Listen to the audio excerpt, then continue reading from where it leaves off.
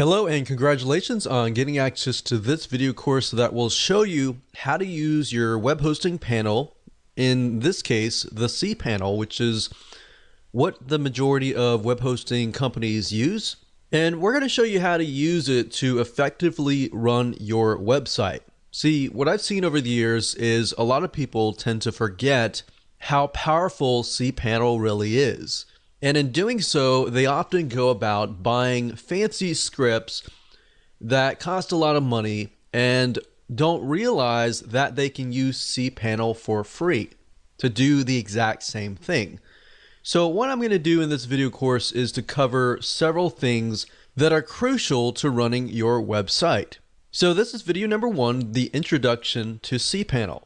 So the premise is this: there are so many cPanel videos out there on YouTube that cover basic features of cPanel. But the problem is that they never really dive into the core of what cPanel really offers. And that is my goal in this video course. So this video course is not only going to show you the features of cPanel that you can use for your website, but also parts of it that can really help you truly take your business, take your website to the next level of success. And it's not just about maintaining your website and having email accounts or things like that, but really taking it to the next step. So here's a quick overview of what we're going to talk about in this video course. This is, of course, video number 1. Video number 2 is how to use the video tutorials feature. Now, because we're not really going to cover the basic features and all of that, I want to point you to this place because that way you can always refer back to it if you need to. And in this particular video, I'm also going to show you how to change the layout and design of the cPanel, because there are different layouts. So some of you might be seeing a certain layout, whereas some of you might be seeing a different layout. And I want you to know that they're all the same. The only difference is usually the icon that is used. So as long as you look at the words are the same. So I want to make sure that I cover that so you don't get lost along the way. And just be aware that it might look slightly different. Video number 3, we're going to talk about how to create and insert data into a mySQL database. A mySQL database is a standard database that pretty much most all PHP scripts or web scripts use. Now, there are videos that show you how to create MySQL databases, but there are not a lot of videos that show you how to actually edit the database, because this can actually come up at a later date where knowing how to do this actually is very, very crucial and a very good thing to know, so that if you do run into problems, you can actually fix them by yourself. Video number 4, we're going to talk about how to use awstats, which is a statistics program that analyzes and shows you what is happening inside of your website. And we'll talk about how to apply it to your business. Video number 5, we're going to talk about what is Softaculous and how to use it.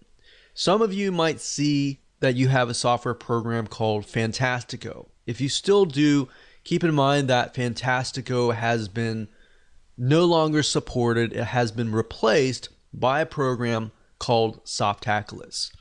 And we'll talk more about that and how it helps you and how it benefits you and how it can help you run your business. Video number 6, we'll talk about how to set up an error and redirect page. The reason why you're going to need to have this set up is over time, you're going to set up pages, you're going to set up posts, you're going to delete those posts and pages. And if Google has indexed that page, for example, and somebody clicks on that page, they're going to see an error page, and guess what? Most likely, you have lost that potential subscriber, potential fan, or even potential buyer. So in that case, you're going to make sure that you want to redirect all of your error pages to your front page or any page that you desire to do. So we'll talk about that in video number 6. Video number 7, we'll talk about how to use File Manager effectively. Believe it or not, you're not going to need to have any fancy FTP programs to upload files like videos, zip files, or any files. So I'm going to show you how to use File Manager so that you can pretty much do everything within cPanel if you understand how to do it right. Then of course, video number 8, we're going to talk about email authentication. This prevents people from abusing your email address. And I'll show you how this works, why you need it, and all of that in that particular video. And of course, last but not least, I'll talk about how to back up and restore your website, which is crucial. There are many different scenarios, many different situations that you need to be aware of to protect yourself. Because guess what? Setting up a website, not having it backed up, not being able to restore it, it's a nightmare. You've spent hours, days, months, even sometimes years or even decades on your website. You want to make sure that you have a backup copy to be able to restore it if you need to do so. And there are other cases as well. For example, let's say you are using a web host and the web host goes bankrupt. There are many different situations beyond just the basics. And I want to make sure that I cover that so that you're aware and you protect yourself. So obviously what you need is you're going to need to have cPanel. So that's it. Let's move on to the next video. Hello and welcome back. This is video number 2, and we're going to talk about how to use the video tutorials feature, or how to get access to the video tutorials. And we'll talk a little bit more about the layout and all that so that we can get on the same page.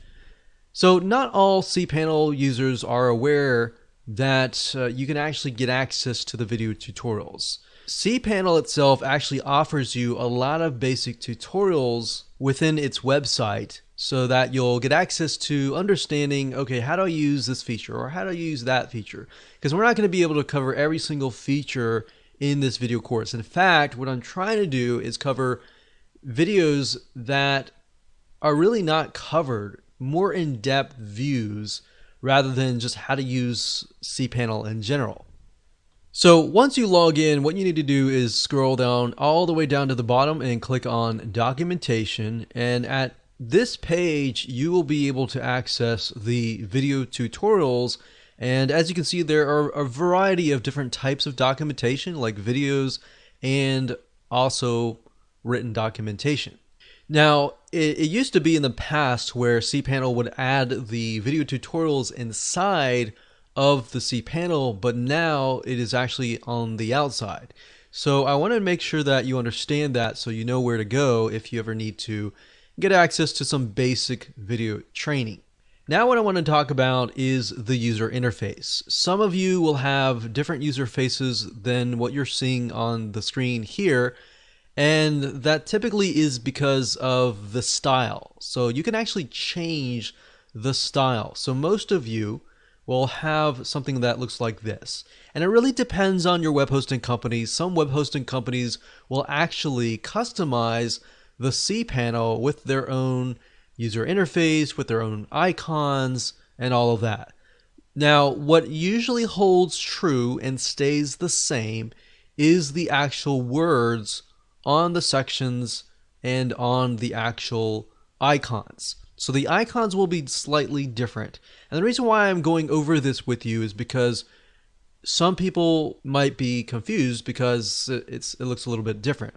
So what you can do is up at the top, you can click on this little person here and click on change style. Now, if you click this, you will be sent to this page.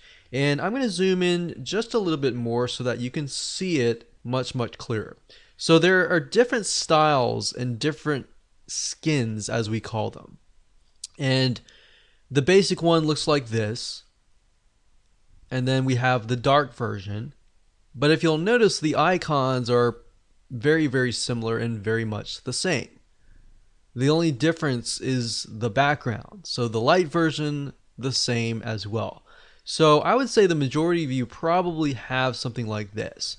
Now this is the very old style. Some of you will have this and you'll see this, but it's all the same. But if you notice, the similarities is the section name, and then of course the actual name of the option. So for example, file manager will always be file manager, and so forth. So let's say, for example, I'm going to go back up here, and currently I am on the retro style, But let's say that I am going to use the basic style. So all you have to do is look through the styles that you want, click on apply to the one that you want, and it'll reload with that style. And that's it. Now, if we go back to the main screen where all of the options and the features are located, you will see this. So like I said, depending on the style that you choose, it might look slightly different. But at the end of the day, typically the things that do not change are the actual titles of the options. Like file manager is going to be file manager across the board. Now you're going to see different sections. Some of these sections will be different. Some, as you can see, you can actually move these sections around. So I can move this section further down here. So just keep in mind that yours might be a little bit lower, yours might be higher. So really depending on the web hosting company, some will leave it at default and some will get all fancy and move things around and customize it with their own logo. But it's all the same thing at the end of the day, unless you're using a web hosting company that is not using cPanel, which are very far and few. So let me just run through real quick. So you have files, you have file manager, you have images, you have directory privacy, which enables you to tell the system who can actually access certain directories. We have FTP accounts. We have backup wizard, which we'll show you how to use later on. We have disk usage, which will show you how much disk space you have left. And then of course you have databases, which is PHP myadmin, which is where we're going to actually look at the database. But first you'll need to create a database first, which you can do either here or here. You don't really need this. And these are for advanced users here. Then you have domain names such as site publisher, add-on domains, subdomains, redirects, and more. We're not really going to cover this, but subdomains, as you know, it's basically adding a keyword .yourdomain.com. So it's going to be a subdomain of the domain. And then of course you have email, which you're going to be able to create email accounts here. You're going to be able to create autoresponders. And in this case, the sense of autoresponder is just going to respond with an email. So you could set up an email address and tell people, hey, email this address and you will be sent an automatic response, an email with a secret code or something. You could do that. You could also forward all email from one email to another email here. We have email authentication, which we'll talk about more later. And we'll have spam assassin, which will enable you to protect your email address from spam. Then we have metrics like awstats. There's other metrics as well, but these are different types of stats. And then of course you have security, and then IP blocker allows you to block IP addresses, and hotlink protection is great as well. So if you click on hotlink protection, what this will allow you to do is say, okay, I've uploaded a bunch of zip files and I don't want so-and-so, some other website linking to the zip files and then getting people to download the zip files. So you can actually prevent other websites from linking to you and basically essentially using up your bandwidth. Then you have software, which the majority of these you will not really use. You will run into Softaculous, which we'll talk about later down the road. And then of course you have advanced options like cron jobs, which you will usually set up whenever you install a web script. And all these other things you won't really use as much. You will use error pages, which we'll show you at a different video as well. Then we've got preferences, which is just change style, change language, and all of that, change your password. And then of course you have Softaculous. Hello and welcome back. This is video number 3, and we're going to talk about how to create a MySQL database. And then we'll talk about, in addition to that, how to insert data into a MySQL database, how to look at a database, and how to understand the basics of it so that if you ever need to do this in the future, you can. So when it comes to installing a MySQL database, it's actually a very, very easy thing to do.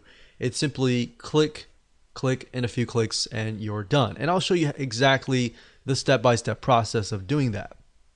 However, that said, how do you go about inserting data into the database if you ever need to do that?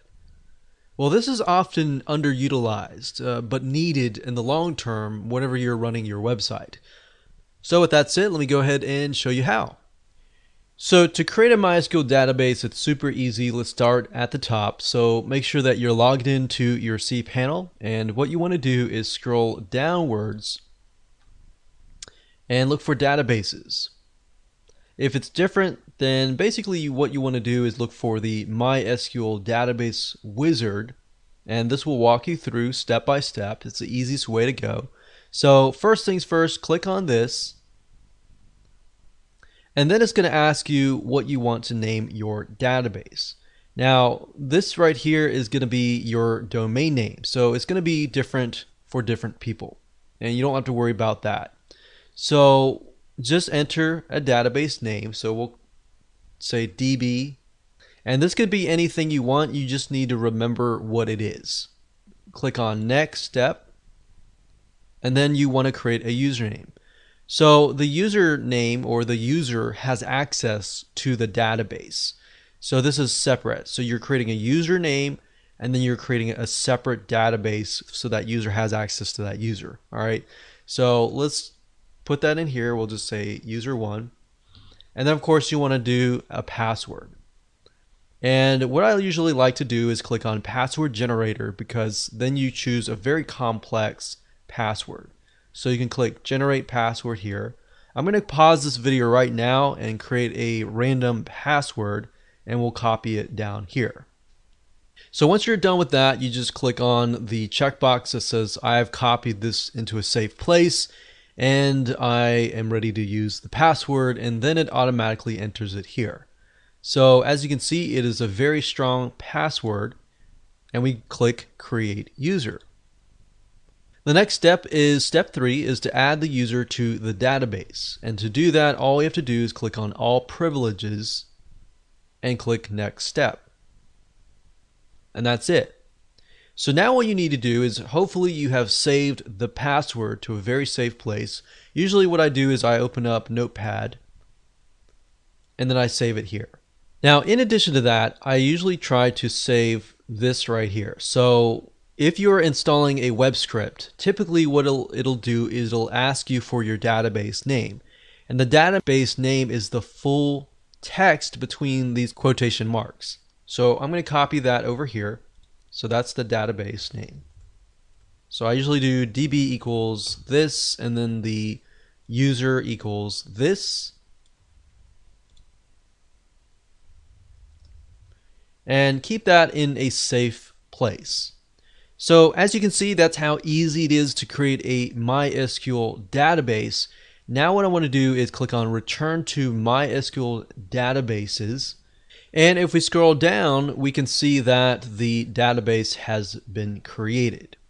Now, if I go back to the outside here, and I'm going to click on the logo, and that just brings me back to the home page. I'm going to go back down and look for PHP myadmin. What this allows you to do is it allows you to take a peek at the database itself. Now, I will warn you, and I will say that do this very, very cautiously, because any mess up, you could potentially mess up your whole site. But I wanted to show you this because sometimes if you have basic detective skills, you'll be able to kind of get an idea of what's going on inside the database. So if you click on PHP myadmin, it'll open up and it will allow us to edit specific databases. Now, obviously, you want to find the database that you just named. So in this case, it was the DB base. So it's this one right here. And we can click on here. So we can see that there are no tables found. And the reason why is it's an empty database, right? But let's say, for example, that we choose a different database that has data inside of it. So what I've done is I've gone into a WordPress site database. In this case, I'm not going to show you the username and password on all that, but I want to show you some of the basics. So whenever you install a WordPress site, for example, it will have, install plugins and all of that. And sometimes you'll see plugin database tables inside of here. So sometimes you can actually edit the data that is inside of these tables. But if you're just curious, just come in and take a look and see what happens and see inside of it. Now, obviously, I would be very, very careful if you are editing a site that you really care about. But by doing this and just looking at it, not really changing anything, this really gives you an idea of what is happening on the back end of your website. And the reason why I'm showing this to you is because in the past, I used to do this. And whenever I came across an error, or maybe there was something on the site that I couldn't change on the front end, sometimes I would go on the back end, like right here, let's say WP comments, for example. You could see comments and all that here. So what I'm showing you this is you can actually replace existing data with data that you want. And just coming through here and being able to see what's happening on the back end really allows you to see what is happening in your site.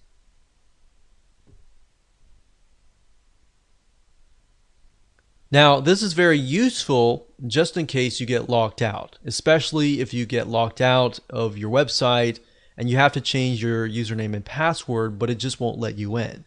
So what you could easily do is you could come down here and go under WP users and then just change the password inside here. So that's why I'm showing you this, is because there are potential opportunities in the future if something bad happens that you could potentially come in and get things fixed. But obviously, if you don't know what you're doing, then you will need to consult someone that does. But hopefully that gives you a better understanding on how MySQL databases work when you create them, and then when they begin to populate, everything happens right here. Hello and welcome to video number 4. In this particular video, you're going to learn how to use awstats, which is built into the cPanel, and how to apply it to your business. Essentially, knowing what goes on in your website is crucial. And we'll discuss about what the differences are between awstats and Google Analytics. Google Analytics typically gives you a more granular view of what's going on in your business. But that said, not everybody uses Google Analytics. Not everyone uses it at the right time. So the nice thing about cPanel is your awstats is always running. And there are specific golden nuggets that it gives you that Google Analytics does not really give you. And we'll dive into that further. So in other words, not only will you be given an overview of awstats, but you'll learn different features of awstats that if used correctly can actually go beyond and increase your website traffic and protect you as well. You'll also learn how people find you, what keywords they are using to type in search engines, and how to use that to your advantage. And you'll also learn who is linking to you for good reasons or even bad reasons so that you can protect yourself. So we're going to take a little bit of out-of-box thinking here and show you some things that you may never have seen before. So to access awstats, all you need to do is go back to your main screen, as you can see here, and scroll down. And under metrics, you'll see awstats. Now, I want to briefly talk about these other metrics. The visitors basically just tell you every single IP address and every single file that they are accessing. So if you want a granular view of what is happening detail-wise, what people are accessing, what IP addresses are accessing your site, you would go here. So that would be probably a little bit more overwhelming to the average Joe.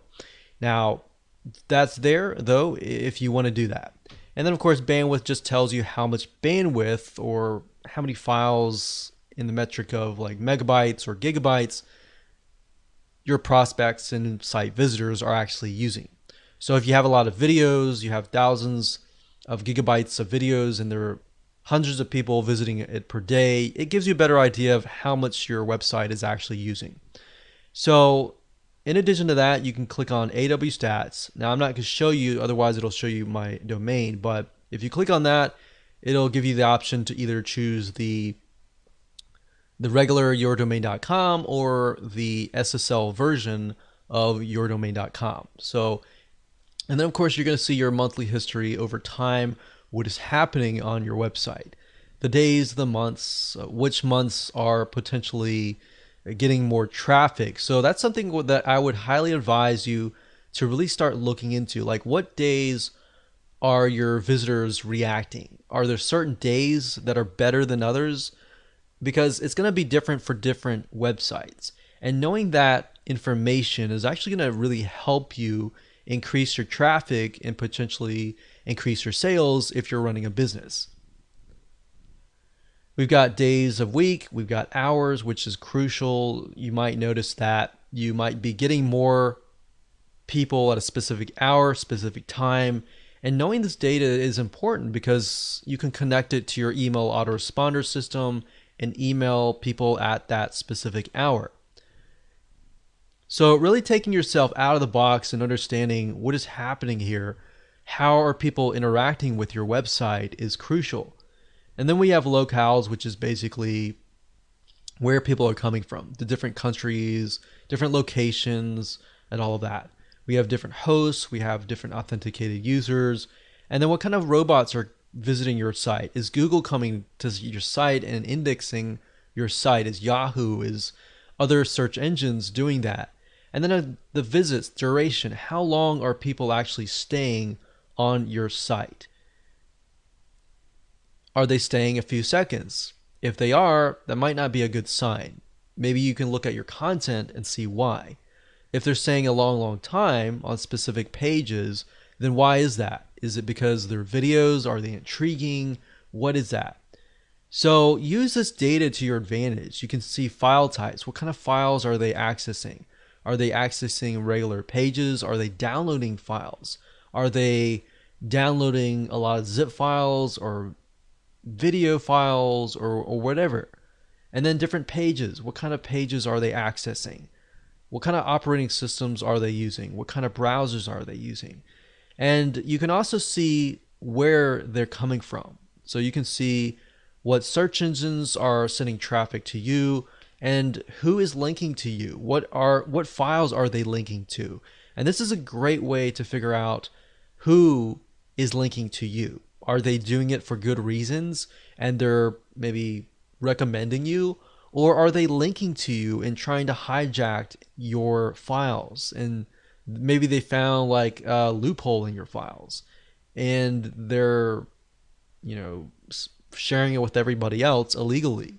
You can find that information and find what is happening within awstats for that.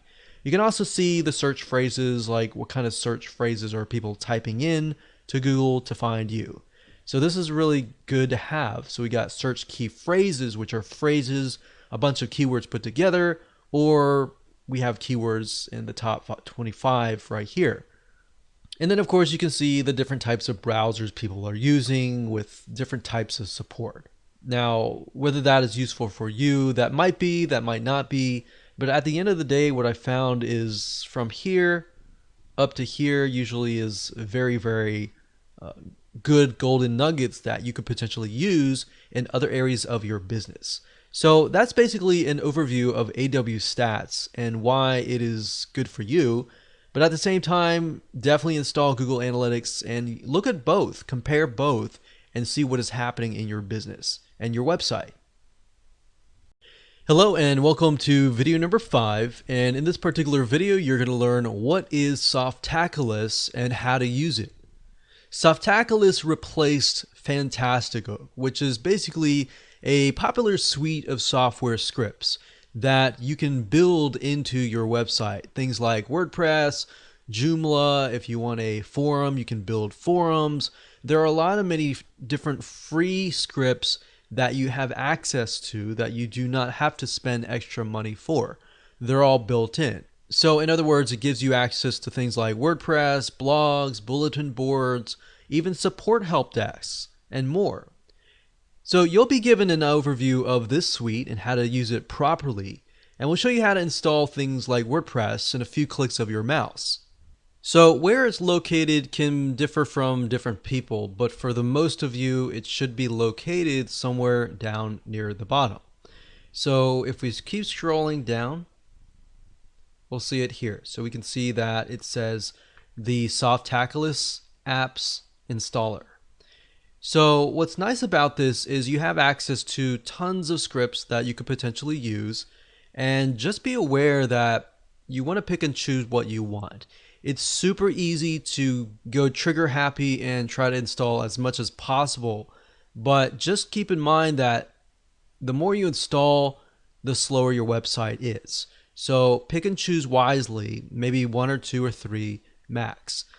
So let me just do a quick run through here. So we've got blogs, we've got microblogs, and if you click these links down below, these are categories, and these are all the scripts.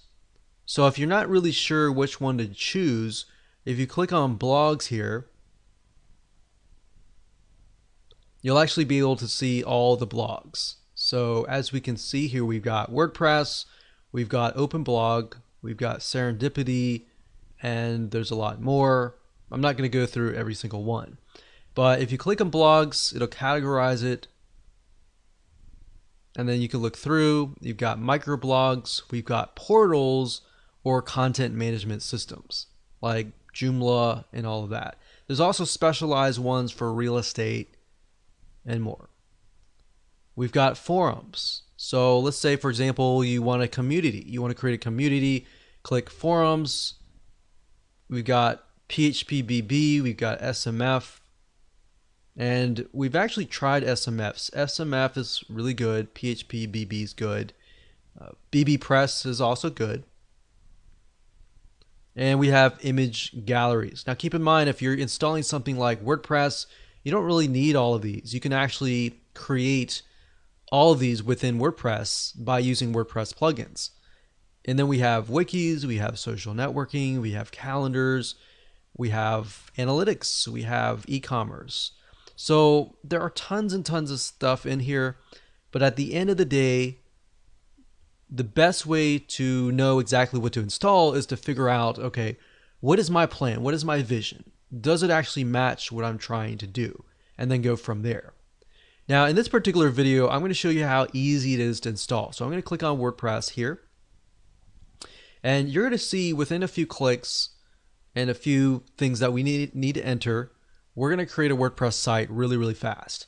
So all you need to do is simply scroll down and click on Install Now. And then it's going to say Software Setup. So you want to choose your protocol, which if you're using a SSL certificate, you want to use HTTPS/:/.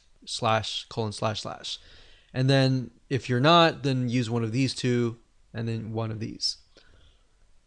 And then of course you want to choose your domain name. And the reason why this is listed is because if you have a subdomain name, you can actually install it in there. And then of course the directory, if you leave this blank, it's going to install it at yourdomain.com. If you enter a directory, it's going to install it within a directory within yourdomain.com. So if it's WP, for example, it'll be yourdomain.com/WP. So if somebody goes to yourdomain.com, they're not going to see the WordPress site. All right, so hopefully that makes sense. So once you've done that, then what you want to do is enter your admin account, so your admin username and password. Now, I will say by default, it does have you enter admin, but it's highly advised not to use the word admin because most WordPress blogs use that, and it's super easy for people to hack into your site. So make sure you change something that is not admin and not even any words inside of your domain name. So we'll just do something like that. And then of course we got the password. And then of course you'll enter your email. You'll enter your site language, and then you'll choose what you want here. You can always choose a theme later. We'll just select this here. And you can enter the email details that you want it sent to. So you have that information in the future, and you click install, and that's it. So that's how easy it is to literally install the scripts. If you were to do this manually and install WordPress manually, it would actually take you literally about 30 minutes if you knew what you were doing. If you didn't know what you were doing, it would probably take you about an hour to do, even though they say it's a 5-minute install. With Softaculous, it skips the process and it allows you to install softwares, a variety of different softwares, really, really fast. So hopefully that opens your eyes to the potential software and scripts that you can install really, really fast. Welcome to video number 6, and in this particular video we're going to talk about how to set up an error and redirect page. So did you know that you could be losing traffic when people land on certain areas of your website that don't exist? In other words, over the time and over the years of maintaining your website, you'll have pages and elements, videos, zip files, whatever, that will disappear on your website. And what will happen over the years is they will be indexed by Google, and if somebody clicks on that through Google and they come to your website, it will lead to a what we call a 404 error page. Now, think about it for just a second. If you were that prospect and you clicked on a link and it went to a 404 error page, what does that first impression give you? Most likely it gives you the impression that the site is not maintained, or maybe it's not really very professional, right? In that case, what it'll do is it'll be detrimental to your reputation. So you don't want that. Instead, what you want is you want people to be redirected to either a page that actually works or a specific page that you want all the traffic to be redirected to. And this is where the 404 error page comes in. Fortunately, on the cPanel hosting panel, you can actually specify where you want all this traffic to go. So in other words, what if you could redirect all that traffic back to either the main page or a working area of your website? Well, that's what you can do, and in this video, we're going to show you how to create that 404 error page. And we'll talk about the other types of error pages as well. So what you want to do is find the title that says error pages. So don't worry about the icon. We can even do a search on that. So we can do a search on error. There we go. That's not the metrics though. It's not going to be under there. It's going to be error pages, or it might be 404 pages. So we have edit common error codes or show all HTTP error code. The 404 is the one that's not found. So that's what we're talking about anytime we delete a file, a page, or anything like that. That's generally where somebody's going to come in to access your site from Google or a site that has been indexed. And the next thing after that is to enter some HTML code that tells the system to redirect to whatever page that you decide. Now, I'm not going to expect you to understand HTML code. I could go through here and tell you to pause it and just copy it. You could do that. Or you can simply go to google.com and do a search for HTML meta redirect. Get the code and then just enter the code, as you can see here. And sometimes you'll have stuff in the body. You can remove that. You can change the title. But basically, it's HTML. There's a head. There's a title, and then there's meta head body. So you can pause the video and just do that or do the other way, but just make sure that when it says meta refresh, content equals 0. 0 means that it'll redirect immediately. If there's like a number in there, it'll wait how many seconds. So if there's number 5 in there, it'll wait 5 seconds before it actually redirects. And then of course, as you can see here, I'm telling it to redirect to google.com. But in your case, it's going to be http://yourdomain.com. And that's what it's going to be. And when you're done, you click on save. And any time anyone goes to yourdomain.com / some random URL, and instead of going to an error page, they are redirected to your main page or whatever URL that you want to redirect them to. And that's it. This is going to be video number 7. And in this particular video, I'm going to show you how to use the file manager effectively. FTP is not the only way to upload your files. You might have heard of FTP software, which is basically a file transfer protocol software that enables you to transfer files. Now, if you're not aware of this and it sounds a little bit complex, then don't worry about that. That's the whole goal of this particular video.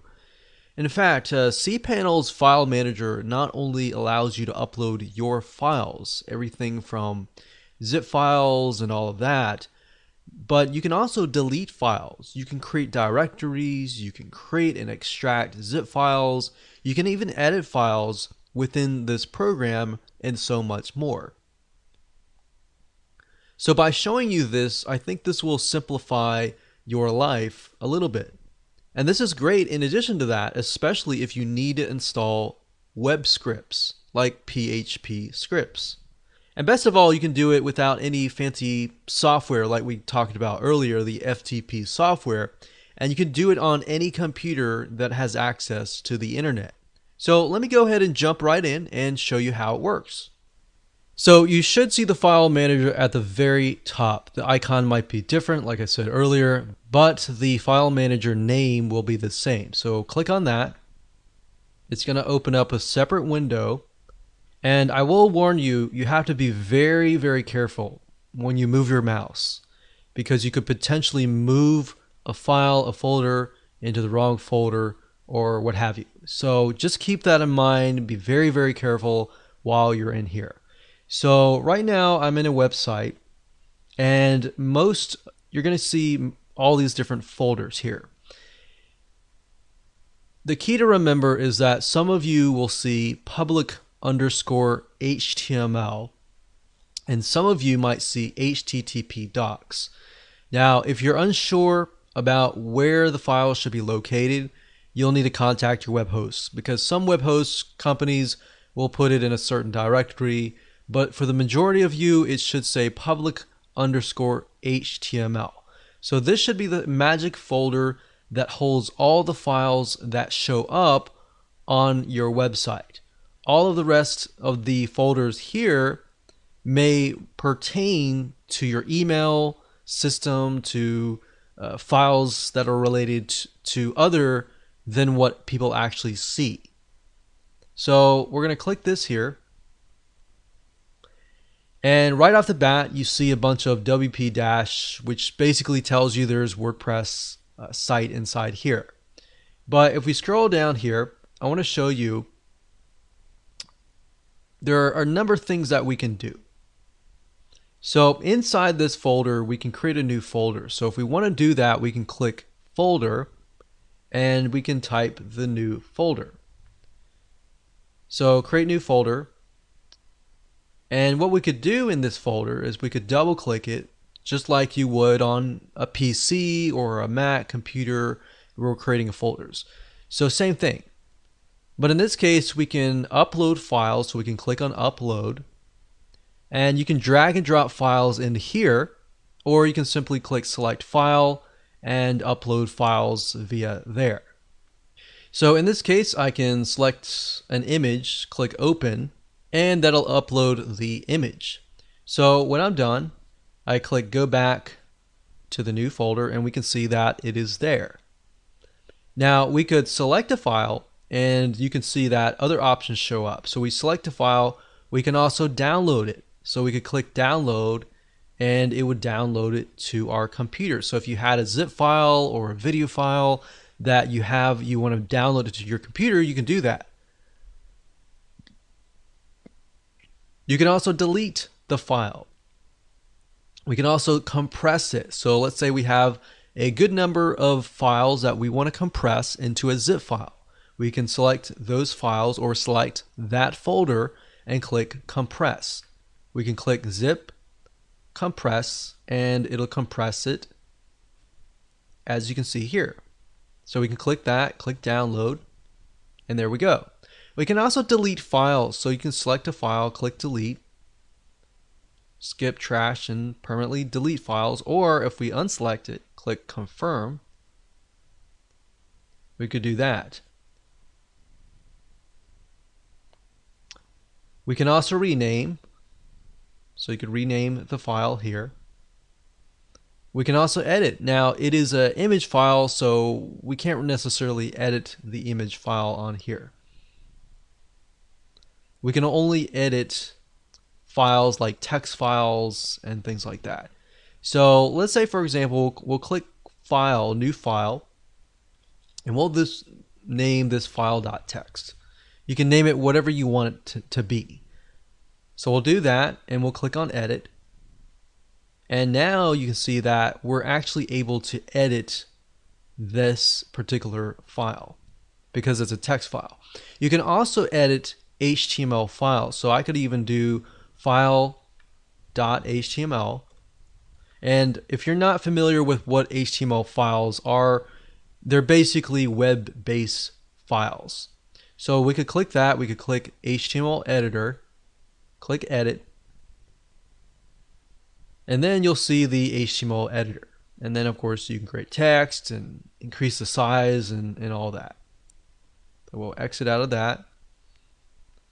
And you can also set permissions. What permissions means is you're telling the system, okay, as a user, these are my abilities, these are my rights. I can edit the file, but the world cannot. But if you wanted the world to edit, world meaning everybody else, to do it, then you could do that. I would not recommend that.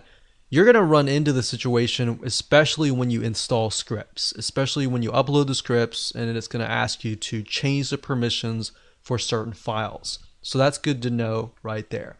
So that's pretty much it as far as File Manager goes. And as long as you understand those basics and understand that it operates very, very similarly to a Mac computer or a PC, then you're good to go. Welcome back. This is video number 8, and in this particular video we're going to talk about email authentication. It's about time that you learn the basics of protecting your email box from spam. So in this video you're going to learn how to use cPanel and tell cPanel to do just that and authenticate all the emails that are coming out of your domain as legitimate emails. And what this does is it protects you from other people abusing your email. And I'll show you in just a second how all of this works. So there are two things that you want to do. You want to, of course, scroll down and find the email section.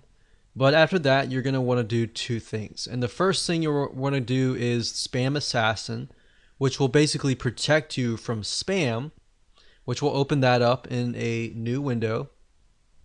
And then the next thing we want to do is we want to do what we call email authentication. And we'll open that up into a new window as well. So let's start with the Spam Assassin first. Spam Assassin basically is a mail filter. It will filter out your email. You have the ability to set it at a high and a low. So by default, it's going to do from 1 to 10. So default, it's going to do 5.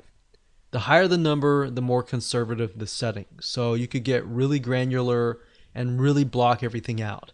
But I would caution you at that same point because at the end of the day, some of the good emails might be triggered as spam. And I've seen that over the years.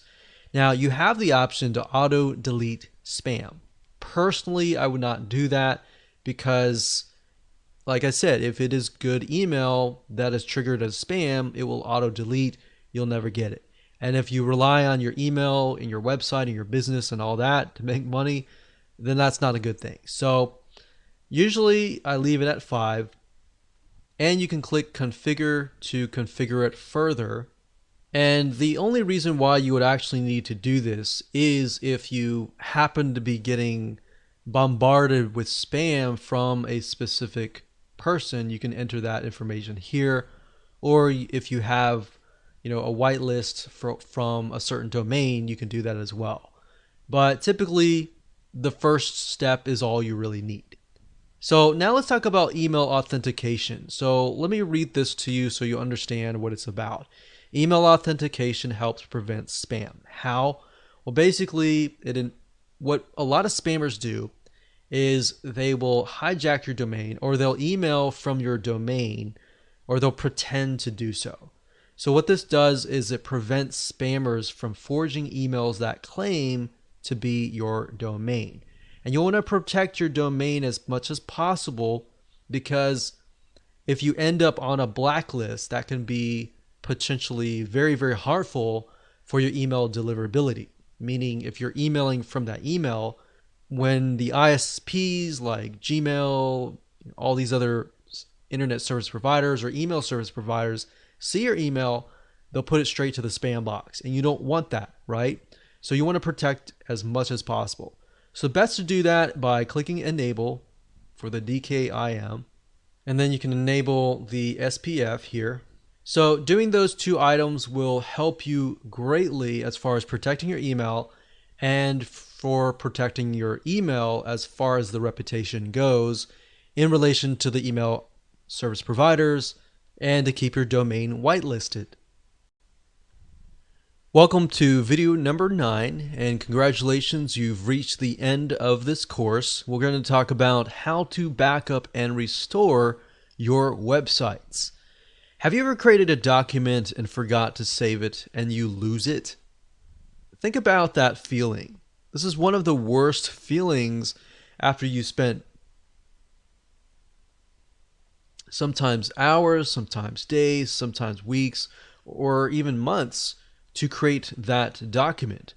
Well, the same goes for your website. In fact, websites are even worse because sometimes you spend months, years, or even half a decade or more maintaining your website and building it up.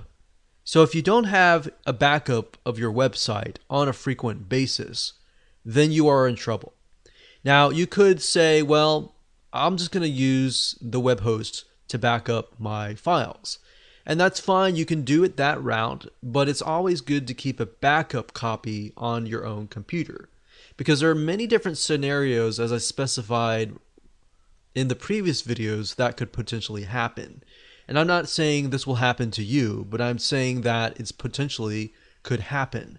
Whereas you could have a web hosting company go bankrupt, which has actually happened to us in the past, and they go down and something happens, or something happens without your control.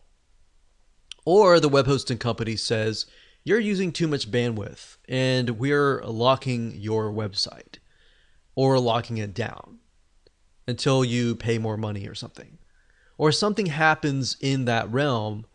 As long as you keep a backup on a consistent basis on your own computer, then you are safe. Now, another scenario of why you would want to do this is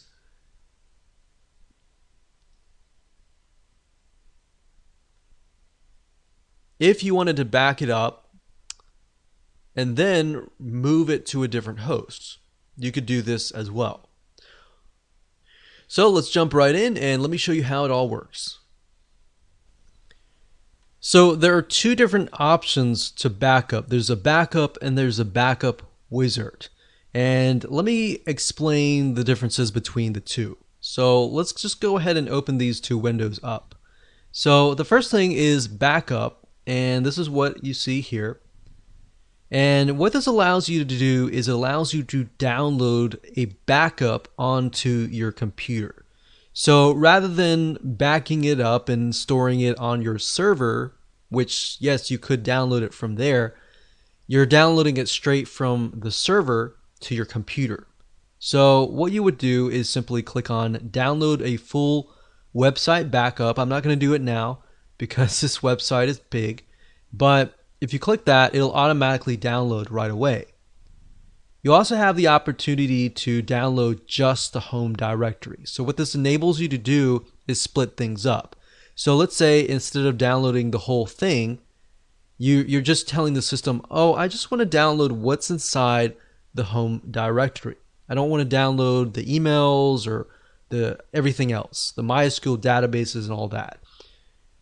Now, you can also download the MySQL databases separately. Let's say that you already have everything. You just want the database.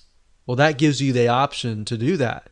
So we could go here and click here, and it'll automatically download just the MySQL database or just the email forwarders. So that's what backup is all about. Downloading it straight from the server to your computer via a zip file. Now, Backup Wizard, on the other hand, allows you can either do a partial backup right here, but if you do a full backup, you can specify the backup destination, which this will basically back it up and store it on your server in a specified destination. And of course, you can enter your email address if you want it to notify you when it is complete. Now, I like to do this because it stores it on the server, but when it's done, it gives you the option to actually download it to your computer as well. So you could have the option to have it on your computer and to have it on the server just in case anything were to happen. Now, in a different scenario where you would have maybe move to a different host, you can easily ask the other host to log into your cPanel and transfer your site to their server. You could either do that or you could do it yourself. I like to keep backups myself at all times. And even though they offer those services at your convenience, you never know what will happen with the web hosting company. And you never know what situation you might be in. So always keep a backup. Try to do backups at least once a week or once a month at minimum. Now, if you do the backup wizard, you've backed everything up and it is sitting in your home directory and you want to restore it, you can either ask your web hosting company to do it for you, or you can do it yourself and do it really quick. You can simply click on restore and you can select the type that you want. So we'll do home directory.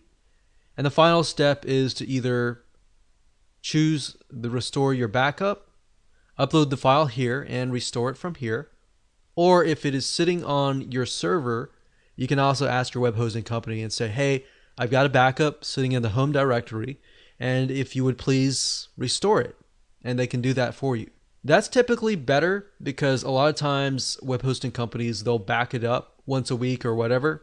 But if you have your own backup, maybe you did it right before you made a big change, then you can do it based on your own change. So before you do that major change, you've backed it up and you can do it from there. Otherwise, you'll have to rely on whatever the web hosting company has backed up for you.